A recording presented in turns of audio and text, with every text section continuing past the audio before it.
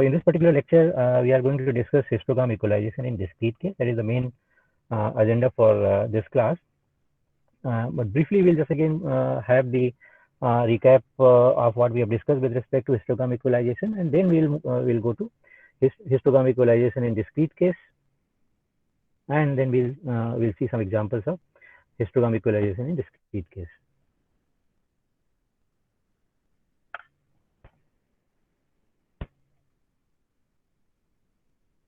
Okay. Yeah. So let us quickly browse through the notations that we have already used in our previous class, and we will be using here. In our discussion, L is going to denote the number of gray labels that we have in the image. RK is RK. We can say that RK is the kth gray label in the image, and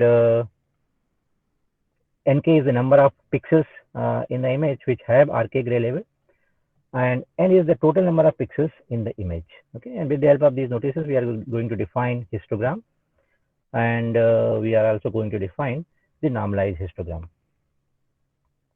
Okay, so histogram, we can assume that histogram is a kind of 1D function which maps nRK to nk. So this function is basically going to tell, given an RK, what is the value of what is the value for the nk. That means for a given RK, how many pixels in the image we have which have the RK intensity, right, or RK gray level. In case of the normalized histogram, the value of nk for every RK is divided by the total number of pixels that we have in the image. So when we divide every nk by the total number of pixels that we have in the image, that is by n, then that becomes the normalized histogram. And in other way, we can interpret this value as a probability, because nk is the total number of pixels which are having RK gray label, and n is the total number of pixels. So if you divide nk by n, this can be termed as the probability of any pixel having intensity or the gray label RK. Okay, so when nk is divided by n, we get PRRK, and that defines the probability for RK. And similarly for other gray labels, we can compute the probability, and collectively that forms a probability distribution function. So this PRR can be termed as probability distribution function if all the values are all the probabilities are defined for every available gray label, and the other common name that is used for this is the normalized histogram. And why we are calling this a probability distribution function? As I already mentioned, that since if you add all the values of nk by n, it is going to sum to 1. So that is why this collectively the values can be referred as probability distribution function. Okay, or PDF in short. We also discussed that if intuitively we see that if any image has a good contrast, then its histogram should be uniformly distributed, right? As we see in the picture here in down. So here in the second case, the histogram is uniformly distributed. So a corresponding image, if you see, it has good contrast. But in the earlier case, in the example above, this has, the values are clustered at one place. So since these values are clustered at one place, this makes a kind of bad histogram, right? So if the histogram is like this, then the quality of the corresponding image is going to be bad, because the histogram is concentrated at some pixels. But if it is equally spread over the entire range, then the corresponding image will be a good image. Okay, so the whole process of histogram equalization was actually to get this kind of equalized histogram from the given input histogram.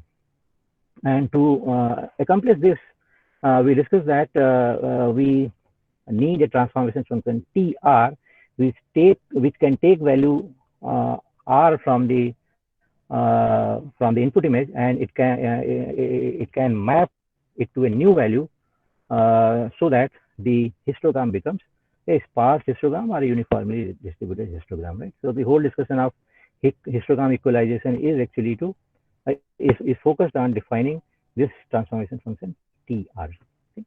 And once this TR is given, then the value of S can be obtained with the help of this TR, because TR S is nothing but the transform value that we are going to get from this function. So for any given R, if the T is defined, then you can get corresponding S, and if that kind of mapping can be done for all the gray labels that are there in the image, then we will get the equalized histogram. So the notation R here is the gray label denoting in the input image, and S is the corresponding mapped gray label in the output image. And there were some characteristics that this TR need to satisfy. So the first characteristic was that it should be a monotonically increasing function.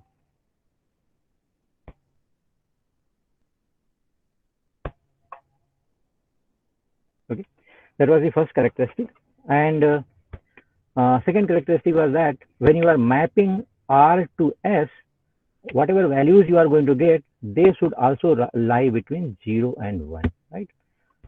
This is a very obvious requirement, because if your input image is defined between certain gray labels, then your output image should be also defined within those gray labels. So these are the two characteristics that this TR requires. And when we are using TR to map R to S, we may find that there are multiple R's that are mapped to single S. We'll see the example when we discuss the example. We'll see that we may find that there are multiple gray labels in the input image, which will be mapped to a single gray label in the output equalized histogram. Okay. Then this also we discussed in the last class, that histogram equalize to get this good TR for histogram equalization. CDF was a very good choice, the cumulative density function, which can be very easily obtained from the PDF, or you can say from the normalized histogram. Why CDF is a very good function, because a very good choice, because it is satisfying all the requirements that we need for TR. So it is a monotonically increasing function. And second, if you compute the CDF for any given PDF, you will find the maximum value is going to be 1 only. Okay, so and the minimum is going to be 0. So the values that you are going to get, they will also lie, all the values that you are going to get in CDF, they will also lie between 0 and 1. And CDF is going to be a monotonically increasing function. So both the conditions are satisfied in case of CDF, and this can be a very good choice for transformation function TR. So in our all examples, we are going to use TR as our transformation function. Sorry, this CDF as our transformation function TR. Okay, we discussed the process of histogram equalization in the continuous case.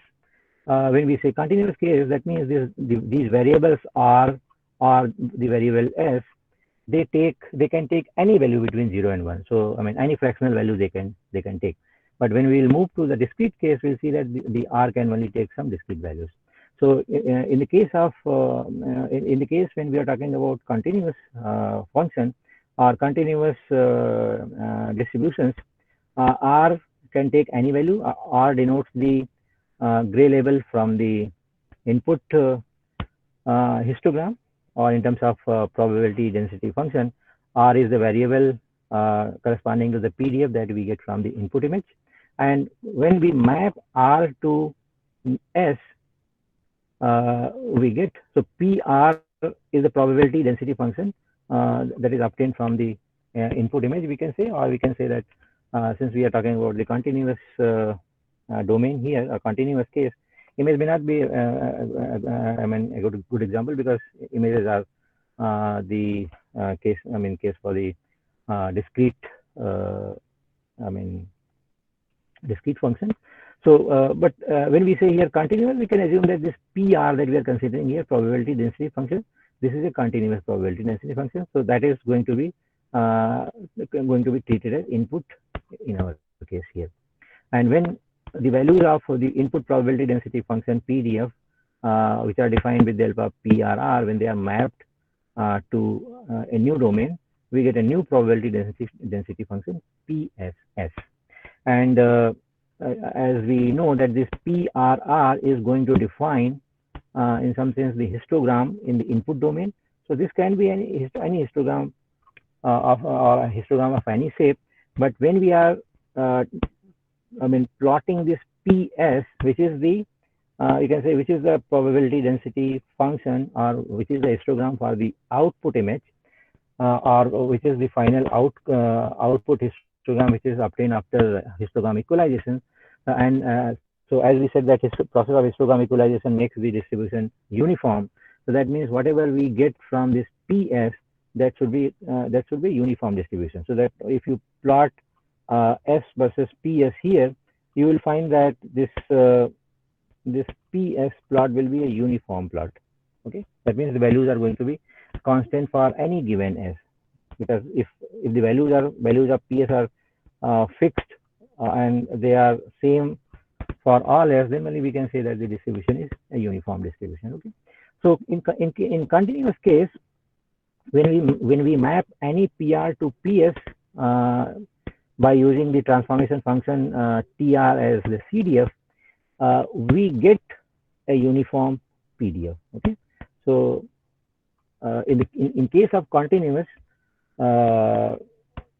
distribution, our PS is going to be a uniform distribution. Okay, we'll see that in case of discrete histograms, this value will not be, theoretically it should be a uniform value, but practically we'll see that this value will not be fixed for all the gray labels, but it will be more or less same. So it may not be exactly a constant like a constant value with respect to every gray label that you have, but it will be more or less same for the gray labels. Okay, so that way we can say that the histogram is even in the discrete case also, when we do the histogram equalization, the output histogram is a kind of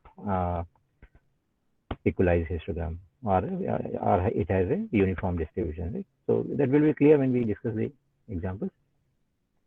So up till this point, whatever I discussed, this has been discussed in the last class. More details about the histogram equalization in continuous case, you can just browse through the slides of the last lecture, and you can find the examples. This already we have discussed. Now we are going to discuss histogram equalization in discrete case. Now in this discrete case, the histogram equalization, when we are discussing, then our images are the good examples of the discrete case, because here whatever the histogram we are going to get, that is going to be a discrete histogram. Okay, or the gray labels that we are going to consider here, they are the discrete gray labels. So in case of continuous, as I just mentioned, the input variable R, or the input gray label R, it was taking all the values between 0 and 1, because it was a continuous variable. But in our case here now, when we are talking about a discrete histogram or a discrete case, in this case R takes only discrete gray label. So this RK will have, if let's say we are saying that there are total L different gray labels in the image, then RK is going to take the values, we can say, or this K is going to take the values from 0, 0, 1, 2, 3, 4, L minus 1. All right, and corresponding to this, we are going to define the probability distribution function. So this definition is very similar to what we discussed at the beginning. If RK is the gray label and there are nk number of pixels which are nk is the number of pixels which are having the RK gray label. If you divide it by n, it will define the probability PR RK, we can say, and that is the probability of any pixel in the image having the value. This will define the probability of any pixel in the image having the intensity or the gray label RK. Okay. Now, with the help of this probability distribution, or the normalized histogram, also we can call it, with the help of this distribution, we will see how to calculate the or how to process the histogram equalization in case of images. Okay. So the procedure is very similar. The way we have defined the histogram equalization for the continuous case, exactly same thing we are going to do here also.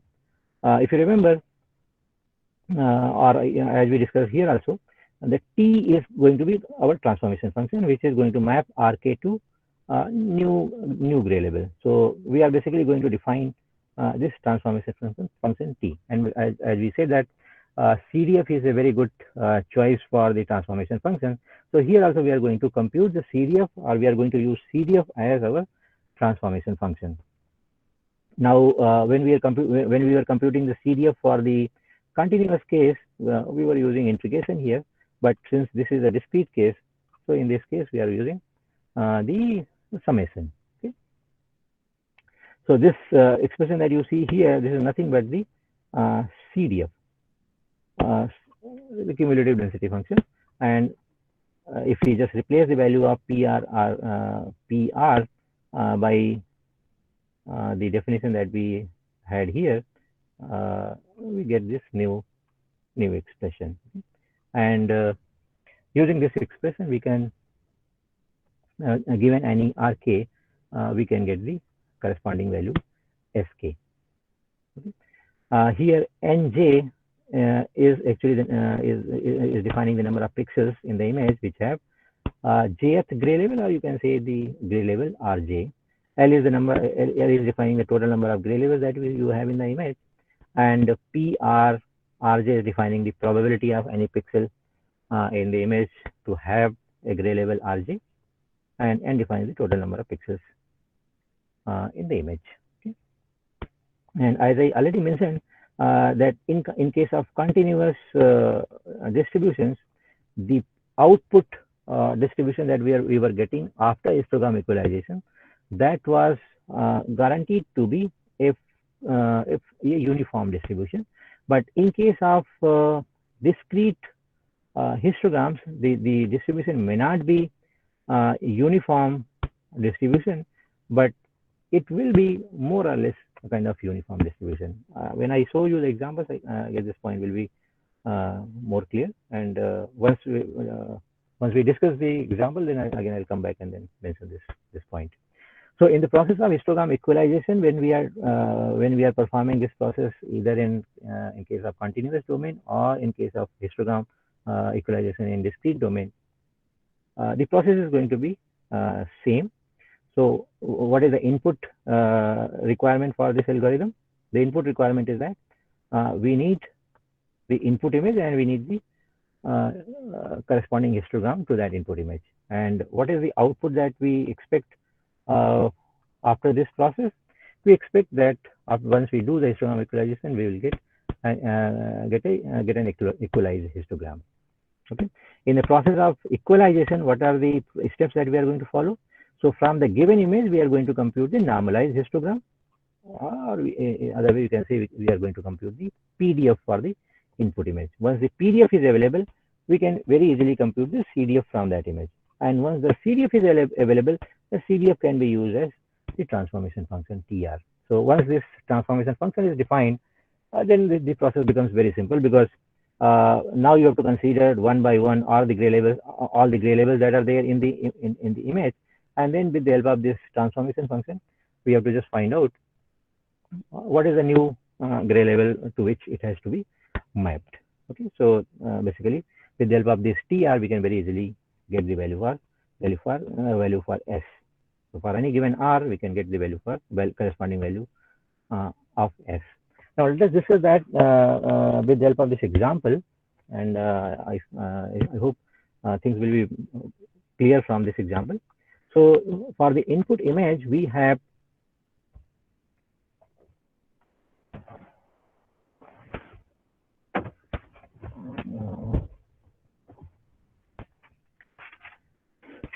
for the input image, this is the histogram given. In the input image, we have the gray levels which are denoted here. So the image in this case, it is taking the gray values 0, 1 by 7, 2 by 7, 3 by 7, 4 by 7, 5 by 7, 6 by 7, and 1. Okay, so that means there are total 8 gray levels which are present in the image. Okay. Like normally in our images, we have the gray labels from 0 to 255. But in this simple example, we are considering that since the values are between 0 and 1, we are assuming that there are these 8 different gray labels which are discrete gray labels which are present in the image. So that we have only total 8 gray labels, and if you see their values, they are also lying between 0 and 1. Okay? So in the image, how many pixels have 0 gray label? So this count is telling you that number. More precisely, this should have been small n. So this small n k is telling you the number of pixels that are having this particular gray label. So if 790 is written here, that means there are 790 pixels in the image which have 0 gray label. Similarly, there are 1023 number of pixels in the image which have 1 by 7 gray label. There are 850 pixels in the image which have 2 by 7 gray label, and so on. Okay. Now, once this information is known, that how many pixels you have corresponding to a given gray label, and you have the total number of pixels which are there in the image. With the help of this, we can define the PDF, because in the to compute the PDF, we have to divide every nk by the total number of pixels. Okay. So as you see here, the total number of pixels are 4096. So this 4096 is the 790 value is divided by 4096. So we get this 0.19. Similarly, 1023 is divided by 4096. So we get 0.25. Similarly, this 850 is divided by 4096. We get 0.21, and so on. Okay. So this defines the PDF. This column is defining the PDF. Now, once the PDF is known, as we discussed in the previous slide, that if the PDF is known, the transformation function can be very easily calculated, because transformation function is nothing but the CDF. So once the PDF is known, we can compute the CDF. So in this second table, you see the values computed for the CDF. In the CDF, when we are computing the CDF, the value corresponding to a gray label is equal to the probabilities that you have with respect to that gray label, and plus the probability that you have with respect to all the preceding gray labels. Okay. So for example, you have to find out what is the value of CDF when the gray label is 3 by 7. So the value 0.81 that we see here, this is actually the sum of all these 4 values. If you just sum all these 4 values, you will see that you will get 0.81. Similarly, what is how to get this value? This value is the 5th value corresponding to 4 by 7 gray label. So this is nothing but the sum of all the probabilities that you have up till this point, and so on. So obviously, if you see what is the value you are going to have with respect to the last gray label that you have here, that is going to be the sum of all these values, all the values that you have in this third column here. So since this is a probability distribution function and all the values are going to sum to 1, so that is why you get a value 1 here corresponding to the last gray label. Okay. And since we are talking about the quantized values, we can map these to the quantized gray labels that we are considering. So in our image, we are just considering that we have gray level 0, 1 by 7, 2 by 7, 3 by 7, 4 by 7, and so on. We don't say that we have a gray level 0.19 or 0.44 or 0.65, because we are not in the continuous domain. We are in discrete domain. We are talking about a discrete histogram where there are only discrete gray labels available. And what are the gray labels available that are defined here in this column? So whatever values we have got for the CDF here, that value is nothing but actually the value of SK, because if you go to the previous to this slide, this equation says that whatever values you are going to get from the right hand side, that is going to define SK corresponding to a RK. Okay. So all these values that we have actually obtained here in this first column in the second table, all these values, we can say that these are the new mapped gray labels for the gray labels that we had initially here. That means whatever gray label you are going to get here, this gray label is corresponding to RK, or you can say corresponding to R0. Whatever value you are going to have here, this is going to be corresponding to R1, that is, which is here. Similarly, this is R2, and so on. Okay. So in some sense, you can say that this is also nothing but defining the gray labels. Now, since we have only some set of gray labels. So that is why these values that we have here, they need to be mapped to the available gray labels. So what are the gray labels we have?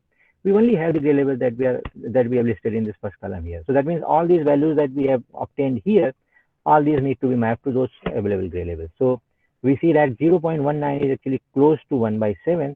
So that is why this 0.119 has been mapped to 1 by 7. Similarly, 0.44 is close to 3 by 7, so it has been mapped to 3 by 7. 0.65 is close to 5 by 7, so it has been quantized to 5 by 7, and so on. All these last three values that you see, 0.95 or 0.98, they are close to 1. So all the last three values, they have been quantized to 1. Okay. So we are all done with respect to histogram equalization for the image that we have considered in this example. What is actually left here is that we have to find out, corresponding to these new gray labels that we have obtained here, how many pixels are going to be there. Because if we only know the gray labels and we don't know how many pixels are going to be corresponding to these gray labels, then we cannot plot the histogram. So now only the task that is left here is to find out, after this transformation, how many pixels are going to take value 1 by 7, how many pixels are going to take value 3 by 7, and so on. And this process is also very simple. So this 1 by 7, 3 by 7, 5 by 7, whatever we see here on the last column, which is the quantized value for Sk, these values of Sk's, how many number of pixels they are going to take, this can be very easily obtained from the gray labels corresponding to which they have been obtained. So for example, this if you want to find out how many pixels are going to have intensity, this gray label 1 by 7. So we have to find out this 1 by 7 has been mapped from which RK, from the input image. So whatever RK we get corresponding to that, whatever number of pixels we had in the input image, those pixels will be assigned to 1 by 7 here. And similarly, so for 6 by 7, if you have to find out how many pixels in the output histogram are going to consider 6 by 7 gray label, so then you find out what value of RK has been mapped to 6 by 7 in the output equalized histogram. So whatever number of pixels we had earlier, they will be all assigned to 6 by 7. So that by this kind of mapping, we can find out the number of pixels for these new gray labels. Okay. So let us see that here more clearly. This histogram is the same first table that we had in the previous slide. In this slide, RK and SK have been put in one table. Here we are saying that this first column RK is mapped to this SK. In the second table, we have just separated these two columns. So this table, second table is actually telling here the direct mapping of the input RKs to the output RKs, output SKs. Okay. So the very first value of RK here is 0, and corresponding to that, SK is 1 by 7. That means we can say that 0 from the input image has been, or from the input histogram has been mapped to 1 by 7 in the output histogram. Similarly, 1 by 7 has been mapped to 3 by 7. 2 by 7 has been mapped to 5 by 7. Okay, that means all the pixels which have gray value 2 by 7, they now all have the gray value 5 by 7. Similarly, all the pixels which have the gray level 3 by 7, they all have the value 6 by 7 now in the equalized histogram. Okay, so now in the last table, we are counting for all the SKs how many total number of pixels are going to be there in the equalized histogram. So what are the possible values of SK that we have actually listed here in the first column? What are the possible values for SK? The possible values for SK are all the values that are possible for RK. So RK takes the value from value 0, 1 by 7, 2 by 7, 3 by 7, 4 by 7, 5 by 7, 6 by 7, and 1. Similarly, SK also takes all those values.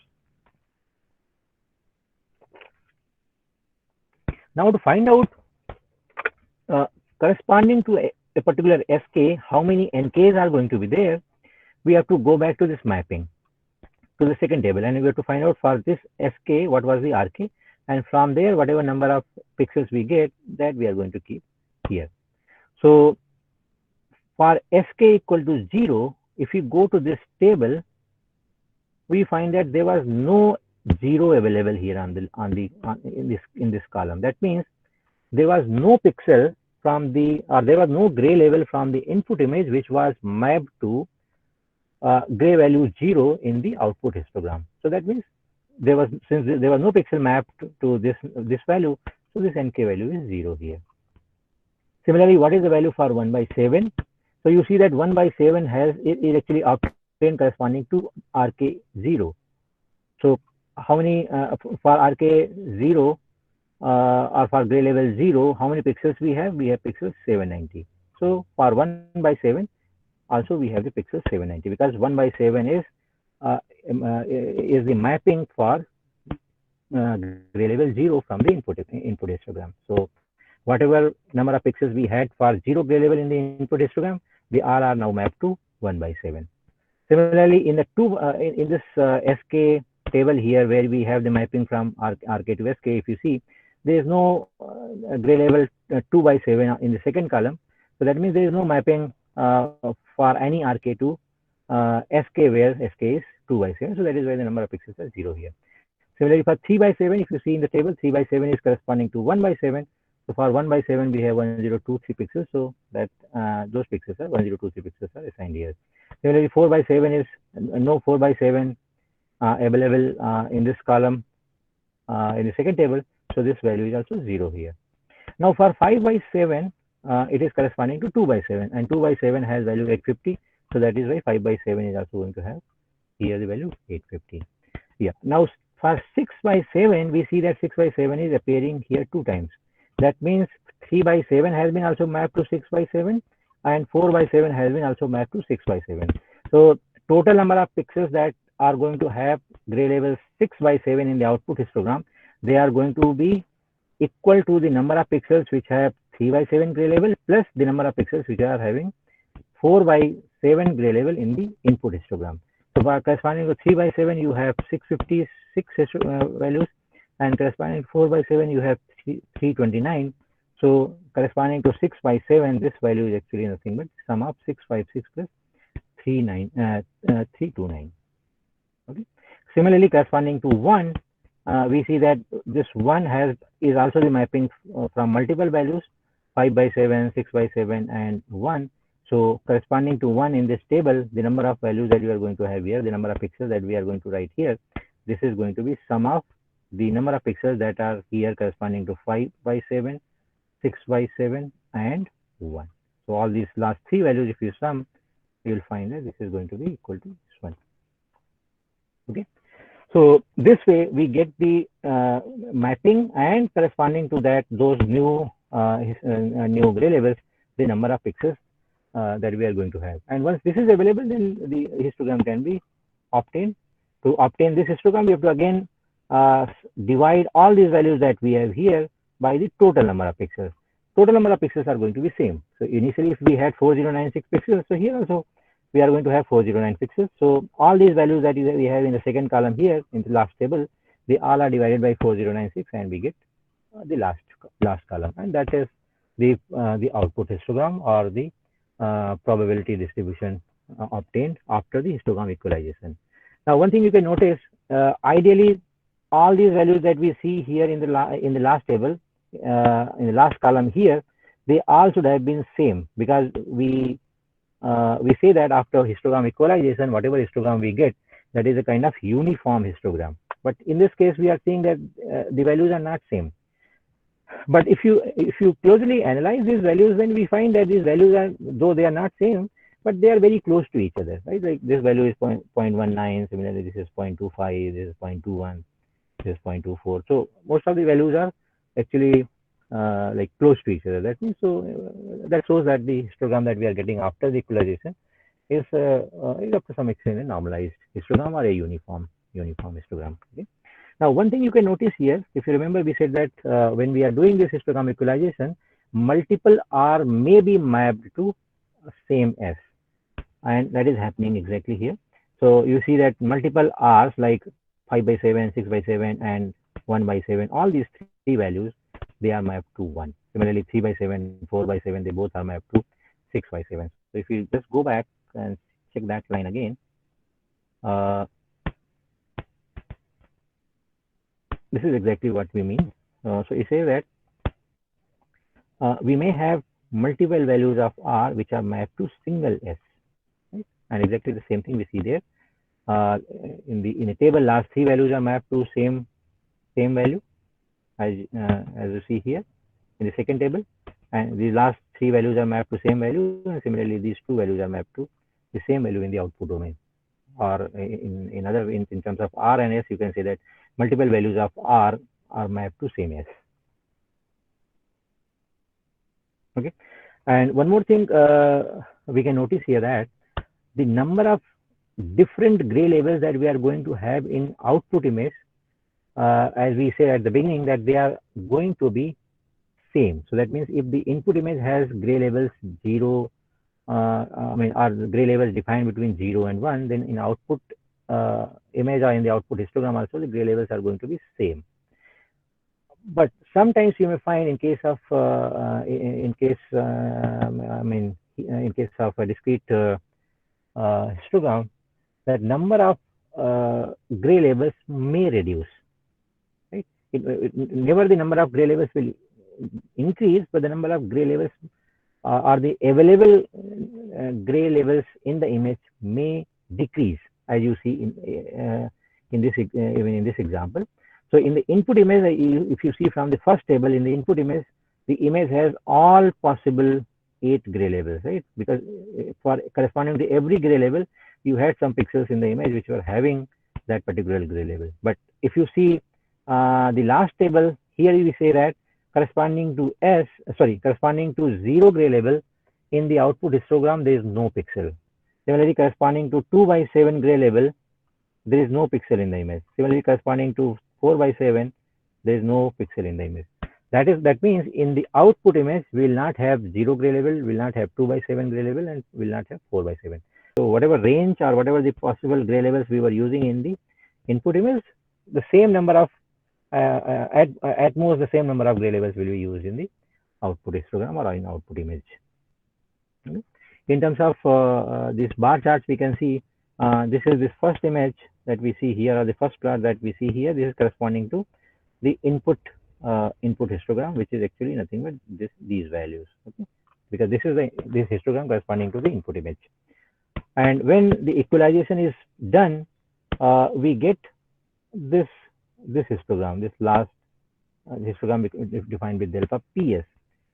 So in case of input, you see that, and the variable is used R here, and then when R is mapped to S, we get a new histogram, and this histogram is compared to this histogram looks more equalized. First, it is sparse. It is not the case that as you see here in this previous in the first example, that most of the pixels are lying here. In this case, you see that the pixels are lying in entire range, right? A lot of pixels are here, a lot of pixels are here, a lot of pixels are here, a lot of pixels are here. In the entire range, actually, the pixels are lying. Okay? So this histogram that we see on the right side here is obtained after histogram equalization, and we see that this is very much an equalized histogram, or very much a uniform histogram. In terms of plot, the same thing that we have in the previous slide.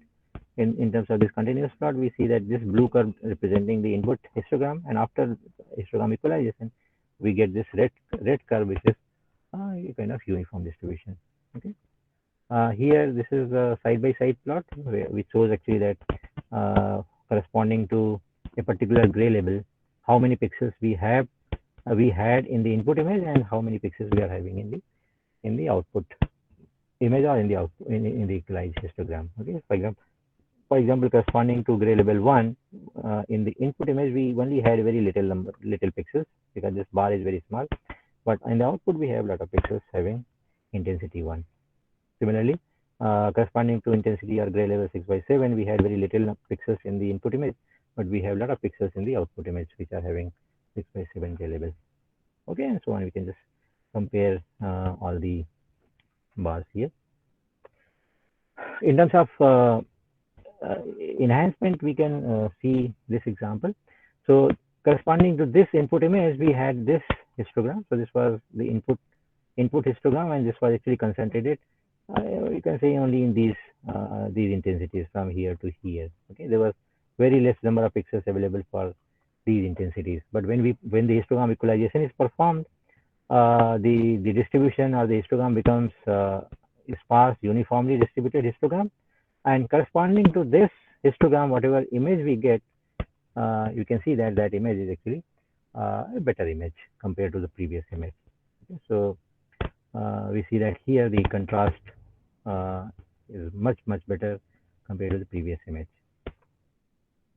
Okay, similarly in this example again we see in the input image the contrast was not very good, but after histogram equalization the image that we get has a very good contrast. Okay. The same thing can be visualized here, and in all these examples you can just see that whatever output histogram we are getting here in the second picture, this output histogram is not not a very not a uniform histogram, but we can say it's close to uniform histogram. Okay. Similarly here also you can see that this is not theoretically we cannot say, we can say that this is not a uniform histogram, but practically we can assume this as a uniform histogram, because you see that these bars have almost the same height in most of the cases. Okay. Similarly here also, like if you see this histogram was a very non-uniform histogram, because a lot of values are here. This is a very big peak. There's nothing here. But if you see in this case, the entire range has been used in the histogram, and the values or the number of pixels that you have for a corresponding for any gray value or gray level that you have here, you have almost kind of fixed number of pixels assuming that value. Okay. If it is not same, it is like very close to each other. So all these bars do not have very different height, as you see in case of in this input histogram. Like here, the number of pixels having 100 intensity, let's say they have like a huge number of pixels. But the number of pixels which are having, let's say this intensity 200 or 205, there are very less number of pixels. But here, the number of pixels which are having 100 intensity and the number of pixels which are having, let's say this 205 intensity, let's say somewhere here, they are more or less same. So we can assume that, or we can consider that the histogram is a uniform distribution. Okay. Again, you see the same thing here. Here, the histogram is not a uniform histogram in the previous case, but when histogram equalization is performed, the histogram that we get below is very much a uniform distribution. Okay. Fine. So I think we are reaching towards the end of the class. So let us just summarize what we have discussed till now. So the first thing is the goal of histogram equalization is to obtain a uniform histogram, so that corresponding to that uniform histogram, whatever image we get becomes a good image. Okay, because intuitively we see that uniform histogram gives a better contrast. Histogram equalization causes a histogram with closely grouped values to spread out into a flat or equalized histogram. When we are performing the histogram equalization, this actually makes the values that are closely grouped in the histogram to become sparse. And this is, I think, will be very much clear if you just see these examples.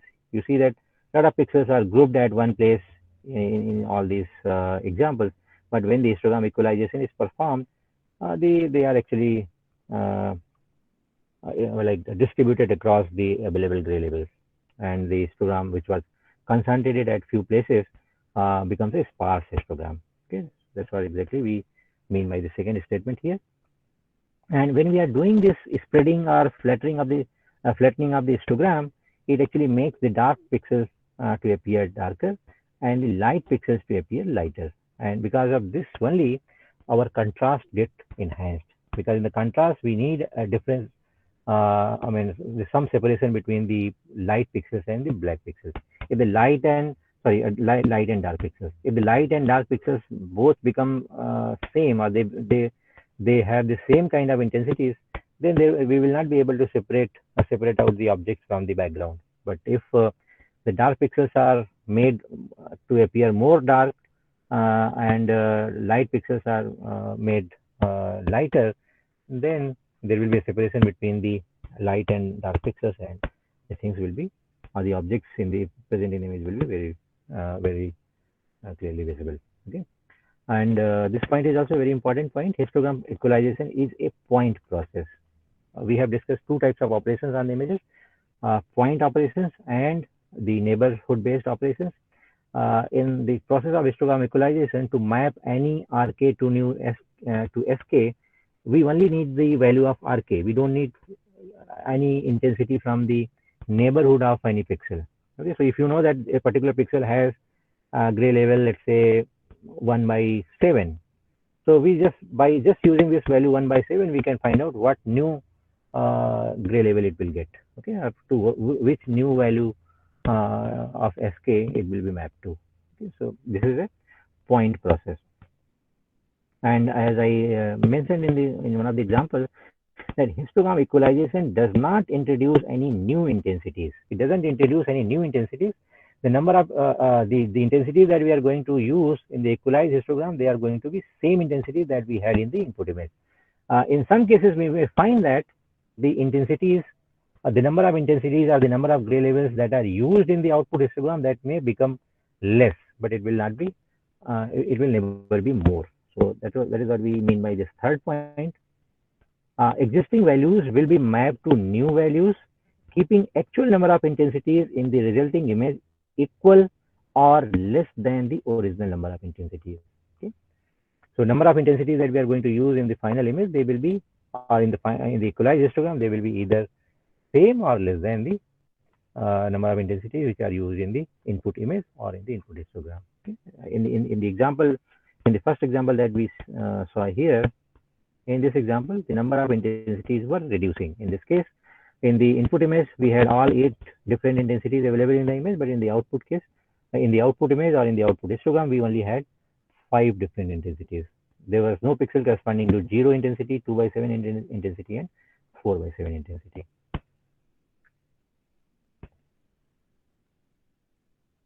Okay. So with this, let's close this session.